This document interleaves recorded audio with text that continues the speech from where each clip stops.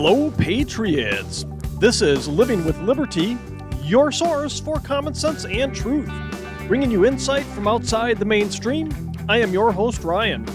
Today we talk about the release of the January 6th Capitol surveillance footage and declining college enrollments. Next on Living with Liberty.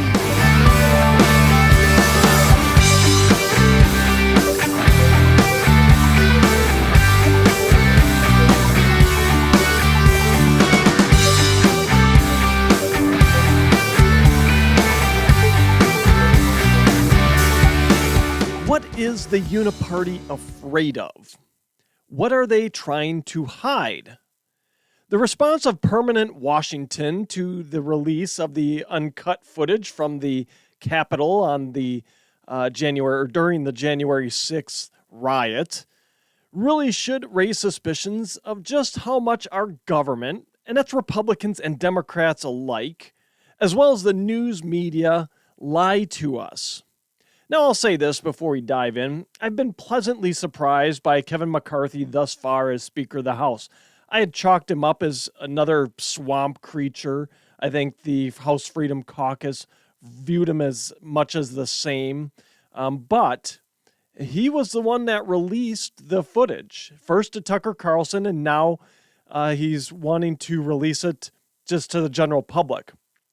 I never would have expected him to be the one authorizing the release of the video surveillance from January 6th on his own accord. I figured it would have taken a lot of pressure from the Freedom Wing of the Republican Party to get him to release the footage. I figured it would have taken a lot of pressure from conservative media to get him to release the footage, but really, unless I'm missing something, there hasn't been much pressure on him to release it. He kind of just did it and said, here's the footage. Tucker, here's the footage. These people that are being held, basically political prisoners, have a right to use this footage in the formulation of their defense. So kudos to him. I've been pleasantly surprised thus far with Kevin McCarthy. Now, could that change? Sure. Right. You know, he ticks off the boxes. He's done. He goes back to being a swamp creature. But thus far, maybe that whole speaker voting debacle, if you want to call it that. I don't know if a debacle is the right word. The whole process, it took way longer than it has been, than it had in 100 years, right? Maybe that's changed him. Maybe that's snapped him out of it a bit to say, yeah, we need to change some things here. We need to do things differently in Washington. We need transparency and accountability. And so maybe he's changed. Maybe he's broken from the swamp and turned over a new leaf. I guess ultimately time will tell, but thus far I've been pleasantly surprised with Kevin McCarthy as Speaker of the House. Now you think about the reactions from media, from elected officials, from maybe some of your friends, who knows. Democrats, of course, wanted to censor this footage from getting out, with Chuck Schumer calling on Fox to not let Tucker Carlson air the second day of coverage. But swamp Republicans were equally as eager to have the footage censored, to not have it get out, with Mitch McConnell telling reporters it was a mistake for Fox News to allow Carlson to air the footage. What are you trying to hide, Mitch McConnell? Now, I thought Republicans were all for freedom and liberty and transparency. Mitch McConnell apparently isn't. Are you trying to cover for the fact, Mitch McConnell, that this footage totally kills the narrative of a violent insurrection, and that means that you and your swamp buddies have lost the vehicle to try and continue to damage Donald Trump and prevent him from running for president again? Is that what you're trying to do, Mitch McConnell, trying to preserve the narrative? Because we know Mitch McConnell has been on the side of insurrection. He hasn't called it out as, well, no, this wasn't an insurrection. He hasn't called that out. He's been on the basically the losing side of he's basically a Democrat. Let's put it that way. Mitch McConnell is basically a Democrat. Yeah, he did some nice things in terms of Supreme Court justice nominees and getting those through. But when it comes to some of this other stuff that impacts our freedom and liberty, he's a Democrat. He sides with them. Why wouldn't you want the footage released, Mitch McConnell? Well, we know why. Because Mitch McConnell really doesn't like Trump. He tolerated him, but he butted heads with him more often than not. Republicans are the party that is supposedly here to stand up for the Constitution. Yet here's Mitch McConnell basically advocating for censorship of what we the people are able to view and hear. Mitch McConnell's advocating for the censorship of the media by saying Fox News shouldn't air this. He's no better than Chuck Schumer at this point. McConnell probably would have been on that January 6th sham committee if he could have been, right? It was a House committee, so yeah, there was no room for senators on it. But if Mitch McConnell could have been on that committee, he would have been on that committee. He, as I mentioned before, he's not come out against the official narrative surrounding the events of that day, and he basically wants to perpetuate it by saying Fox News shouldn't have aired the footage and shouldn't air any more of the footage. McConnell says his concern is how Tucker depicted the day. So what does that, let's read between the lines on that one. What does that mean? It means Mitch McConnell thinks it was an insurrection. That's what it means. Was there a riot outside the Capitol? Yes. It would be disingenuous to not acknowledge that fact that there was a riotous crowd outside of the Capitol that day in certain pockets. It wasn't everybody, not by a long shot, but in certain pockets there was a riotous crowd partaking in riotous actions, and it was a very small portion of the crowd. But by and large, that activity was limited to the outside of the Capitol, which is key here and which is what the video portrays, because it's the surveillance video of the inside of the Capitol and what went on inside. So the riotous activity was contained to the outside, and yes, there were broken windows or busted doors getting into the Capitol, right? We've seen that footage, and that's the footage that the media, that the swamp wanted you to see, and that they approved to be aired on television and put in news clips and whatever else. But it was a small portion of the crowd there that day. By and large, like I said, that was limited to the outside of the Capitol and is confirmable by all accounts of the video we've seen. If anybody's saying there wasn't a riot, that there wasn't some sort of, I guess you could call it stuff was broken. You could call it violent activity, sure, because things were getting broken, right? So that's the definition, of maybe some violent activity. It wasn't, let's put it this way. It was a mostly peaceful protest by the standards put forth by the left, right? I don't advocate for it, so don't anybody go say, oh, Ryan advocates for breaking windows and breaking into the Capitol. No, I don't. But if we're going to use euphemisms here, compared to what we saw in 2020 and what we continue to see today, that was a peaceful protest. I don't condone the actions, though, of busting into the Capitol. Let's be clear on that.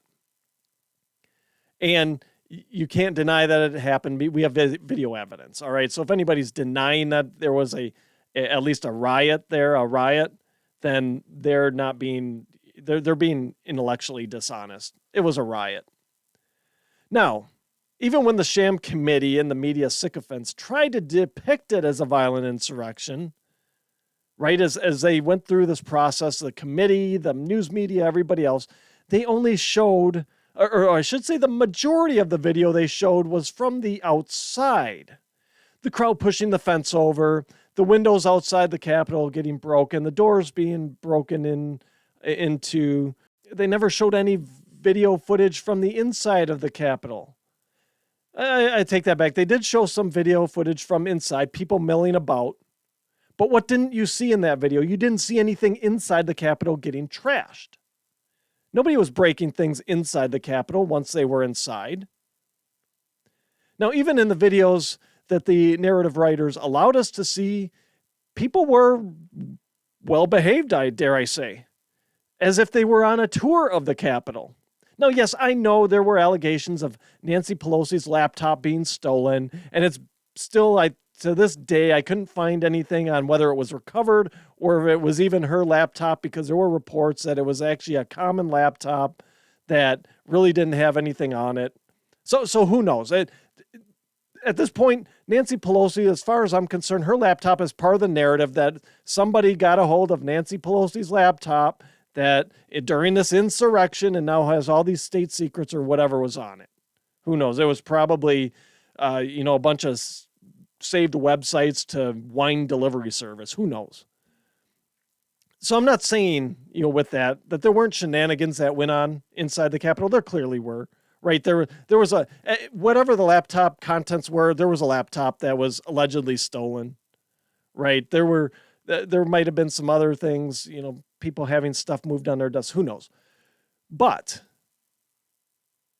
coming out of that, the only major story, once people were inside the Capitol, the only major story of anything being stolen or destroyed by protesters in the Capitol was Nancy Pelosi's laptop. Everything else was people peacefully milling about the Capitol, touring the Senate chambers, right?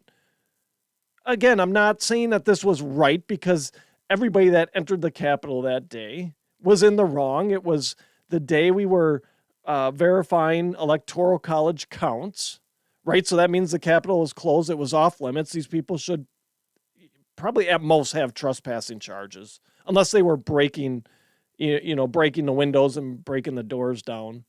Right, which at that point you're on video, so you get the people on video, but who knows how many else were helping. But that was the only thing. It was the laptop. That was it. Nancy Pelosi's laptop. Otherwise, did we hear anything about, the Senate chambers getting trashed? No. What about the House chambers? No.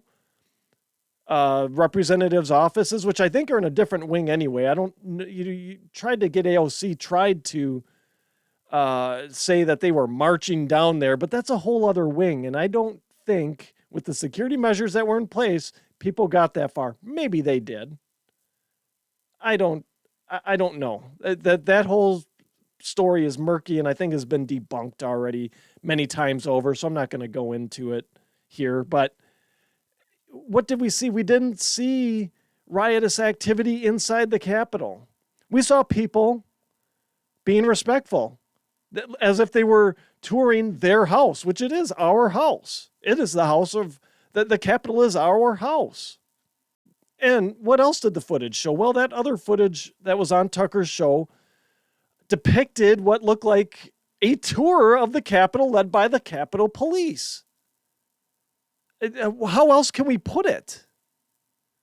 It was like a guided tour. Like you go to the Capitol and you've got the old, retired person there. That's the docent that takes you around on a tour of the Capitol. That's what the Capitol Police look like. The most telling footage is the QAnon shaman, Jacob Chansley. And that footage showed him being escorted by Capitol Police through a group of officers who parted like he was Moses, like Chansley was Moses walking through the Red Sea. And where were they escorting him to? Was it to a holding cell? Was it to a squad car outside? No, they were leading him into the chambers of the Senate, I believe it was, where he said a prayer. Does that sound like a violent insurrectionist to you? At any time, Capitol Police could have handcuffed Jacob Chansley and numerous others that they ran into and were leading around the Capitol and opening doors for, etc. And they could have led them out. But Capitol Police didn't. On the other foot here, the protesters at the Capitol could have overwhelmed the Capitol Police force and totally trashed the place, right? But they didn't. Because the intention wasn't to put on a violent protest. Yes, I get it. I have to say it again. You always do. I get it. It was a riot. It was a violent protest. It wasn't the intention, though. It was a few bad actors, just like everybody else. Every other protest you see, there's always a few bad actors there, right? And I'd argue that some of these bad actors were probably instigated. They had no intention of breaking into the Capitol, but were instigated and egged on, and they let their emotions get the better of them. The intention wasn't an insurrection. How many armed, okay, let's think about the crowd that was there for a minute, right? Trump supporters, conservatives. What are conservatives big on? Second Amendment. How many weapons were recovered from people that day? How many guns? I haven't heard of one. I haven't heard of one gun charge come out of this. I'm pretty sure you can't walk in unless, if you're not Capitol Police or some sort of law enforcement agency, you can't just walk into the Capitol with a gun. So that debunks another part of the violent insurrection. If you're going to put on an insurrection, I'm thinking you're probably going to march in there with guns. So that tells me the intention wasn't an insurrection. The footage provided to Tucker Carlson shows the other side of the story, and the swamp hates it. That's what they're afraid of. They are afraid of it. They are afraid that now it's out in the open, so now they're afraid of the blowback, I guess, but they were afraid all along of how this was going to erode their power, because we saw they lied to us yet again, and they continued to lie. They've lied to us for 2 years plus now. So they hate that this footage got out. They have to try and discredit it somehow, and they can't. None of them are denying that this is actual footage from the Capitol. They're trying to discredit it in other ways. They hate that. They need to try and put a lid on this somehow, because this erodes their power. It erodes people's, if anybody, I'm sure there's some out there, if anybody believes in these politicians anymore, that's gone. If you didn't think these jokers were lying to you already, now what do you think after seeing this footage? They lie all the time. They hate it because it sows the seeds of doubt into anything they say. They can't order us around anymore. We're just going to say, well, you're lying. Forget it. I'm not going to listen to you, which we should. They work for us. Now, on the comical side of things here is the response some Democrats have had to the footage. Now, apparently Eric Swalwell is very concerned with how this footage would jeopardize security at the Capitol. He had this to say: McCarthy just gave the proudest boy of all a blueprint for the Capitol. Who knows where that will land for the next insurrection? So see here, do you see what they're doing here? One, before I get into the rest of this here. Do you see the language here? I'll sidebar here on the side. The next insurrection. So Eric Swalwell is going to try and keep pushing this as an insurrection. Say, oh, the next one. Like there's a next one that's going to come. Right?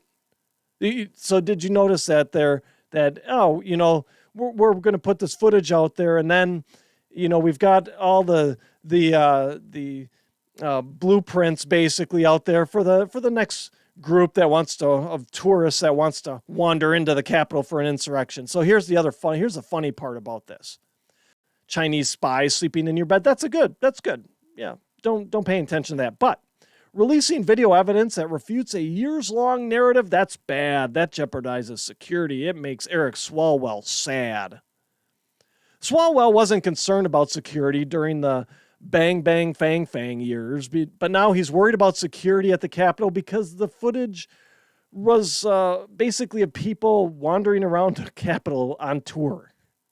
So what kind of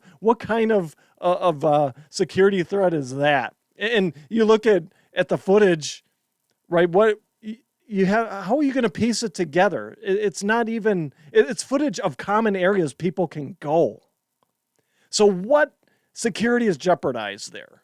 So that's our first Democrat comic here. The next comic is Benny Thompson, who admitted that the committee didn't review all the footage, also known as cherry picking what fit the January 6th circus sideshow's narrative, had this to say: McCarthy owes the American people an explanation of why he has done so and what steps he has taken to address the significant security concerns at stake. So old Ben here is going to comment on something he admitted to not even reviewing in the first place. So how are you going to comment on something you don't even, you admit you didn't even view, you didn't even consider that footage as part of the sham committee you ran? And here's the kicker on all this.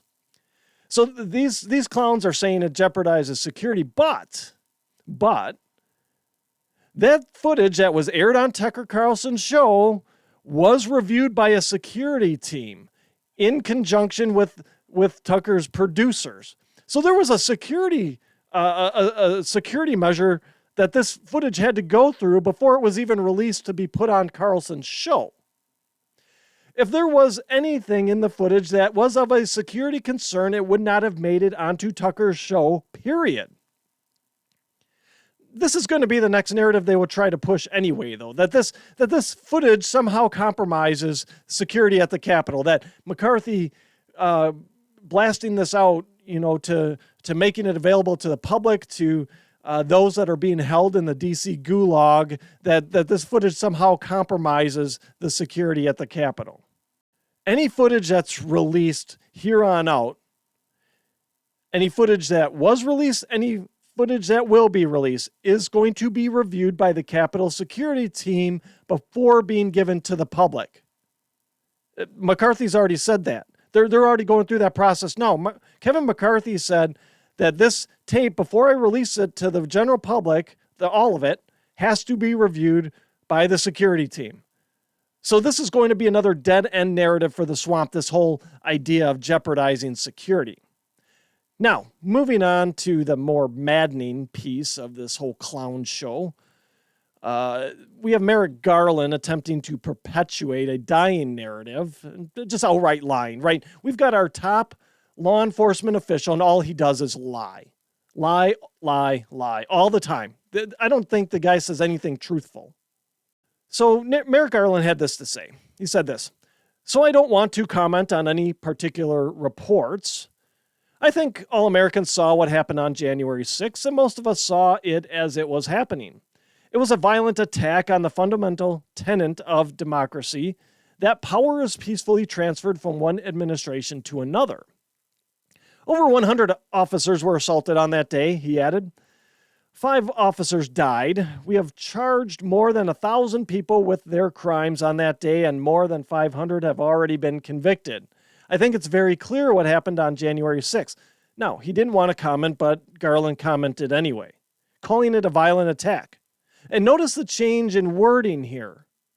Now, it's now it's an attack on the fundamental tenet of American democracy. So we've gone from an attack on just a straight out attack on democracy, right?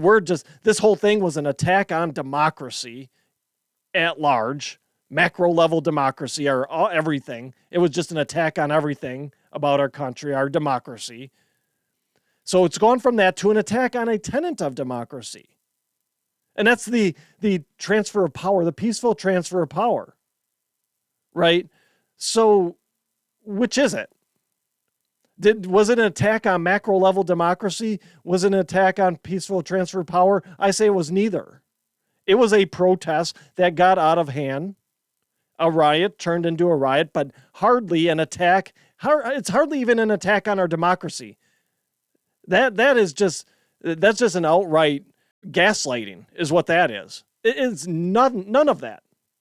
None of that. From day one, it hasn't been an attack on our democracy. Nobody tried to overthrow the government, and nobody really tried to overthrow a tenet of democracy and the peaceful transfer of power, right? We saw the footage. Once people got inside, they were peaceful, they were orderly, they were respectful. Then Garland throws in how 5 officers died, implying that they died that day. Another lie. This has been debunked many times over. Now, Officer Brian Sicknick was shown in the tape that Tucker aired walking around after he was supposedly killed with the fire extinguisher. So unless, Jesus came down and revived Brian Sicknick after his incident with the fire extinguisher, he wasn't killed by a fire extinguisher. What actually happened is he died from a stroke a day or two later, died of natural causes, which is confirmed by a medical examiner. And that was a day or two after the Capitol incident that he died. He didn't even die that day. He didn't even stroke out that day. And then there were several officers, because they said 5, right? So I assume Sicknick's one. That leaves 4 others. So that there were several other officers that committed suicide in the days after January 6th. No officers died that day. No officers were killed that day.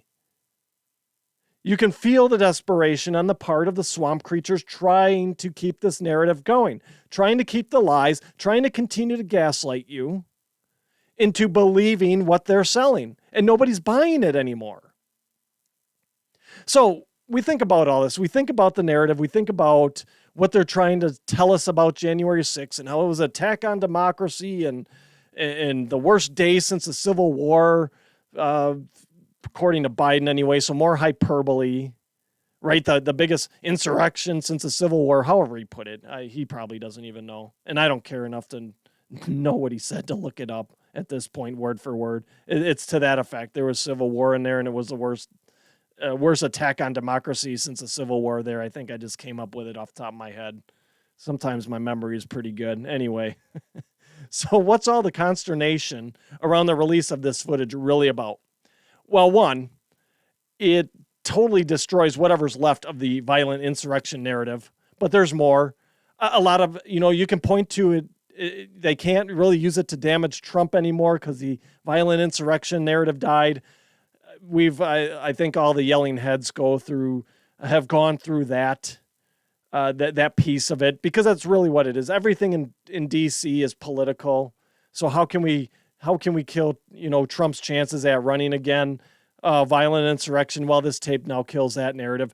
But I think there's another play here. There's more to this than just killing Trump's bid for presidency again.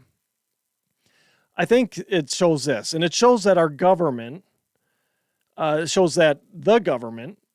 government, which should value freedom and liberty, is no better than a police state dictatorship, and that they are holding people still for no reason other than they are political prisoners. So that's part one here, right? It says we have these people. We've got people in DC gulags that have been there for 2 years, have not been given their constitutional right to a speedy trial. They haven't been charged, right? So it shows that we truly live in a police state. That's what this shows. It shows that there's really no reason for us to be holding those people in jail and they should be charged with trespassing and move on. Garland said it himself. Don't take my word for it. Garland said it himself that they're looking for political prisoners. He said they charged more than 1,000 people with crimes that day. By the way, none of them are insurrection. Nobody's been charged with insurrection. And that there's more than 500 that have been convicted. How many of those trials happened outside of DC, I wonder? None. So they didn't even give these people a chance to move venue, right? So they did everything in DC, contained it in DC. It doesn't matter where you were from. You had to go to DC to stand trial. Why did they do that? Because they knew they were going to get all these convictions.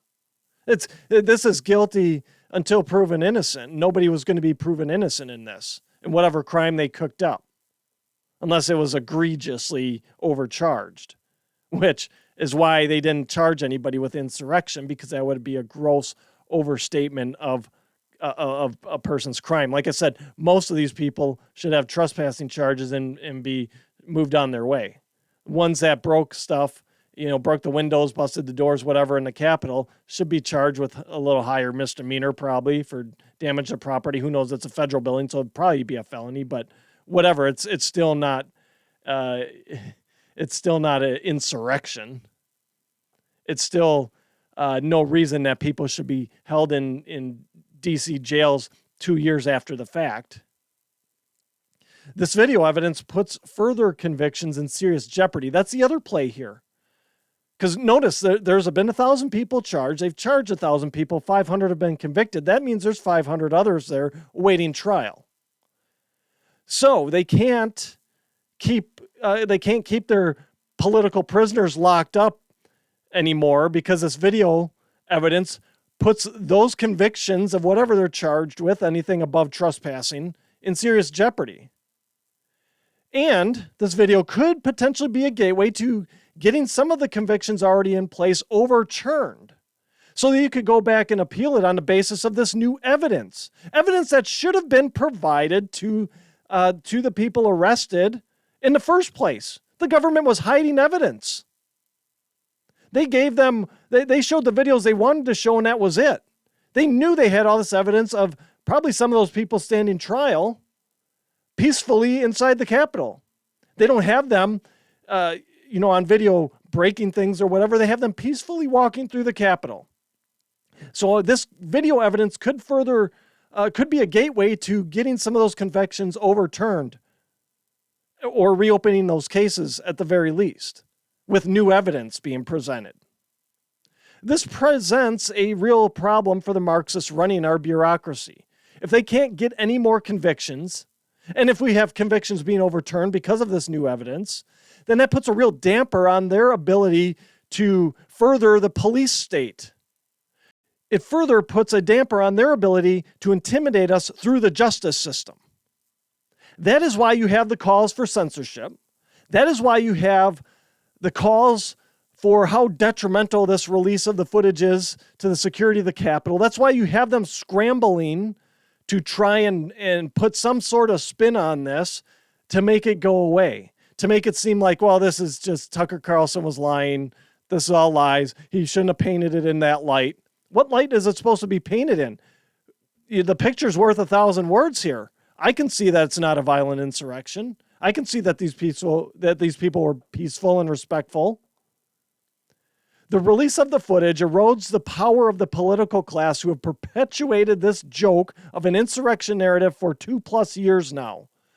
This threat to power is why we see the lashing out from both parties at McCarthy, at Tucker Carlson for releasing and airing the footage. It's a threat to their power.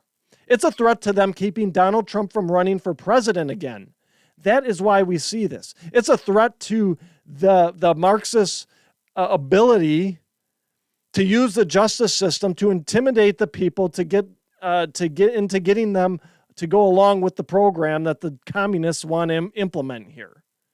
That's the threat this tape being released is to these people.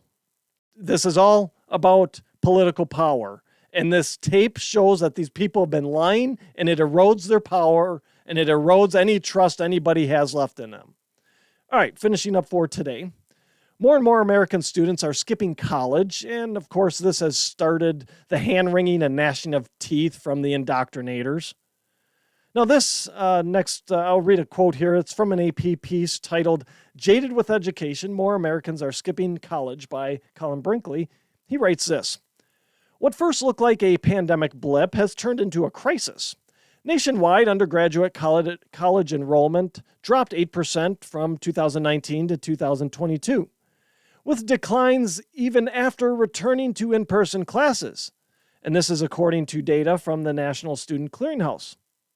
The slide in the college-going rate since 2018 is the steepest on record according to the U.S. Bureau of Labor Statistics. Holy crap, Batman, we do have a crisis here.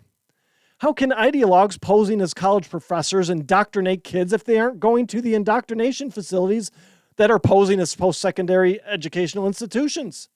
How can we brainwash them? Why are they choosing paths like tech school and apprenticeships in the trades where they can do things like, make a decent living wage with low to no outstanding debt? No being told how to think?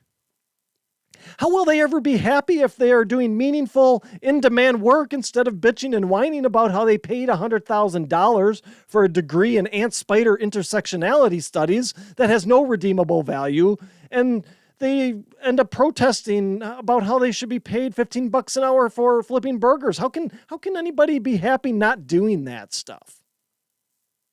Now, it was expected. I say that all tongue-in-cheek, but that's how these people think.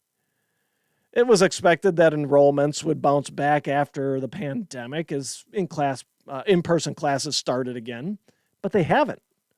Students have figured out that they can be like Daniel Moody, a 19-year-old who was recruited to run plumbing for the new Ford plant near Jackson, Tennessee, after graduating from a Memphis high school in 2021.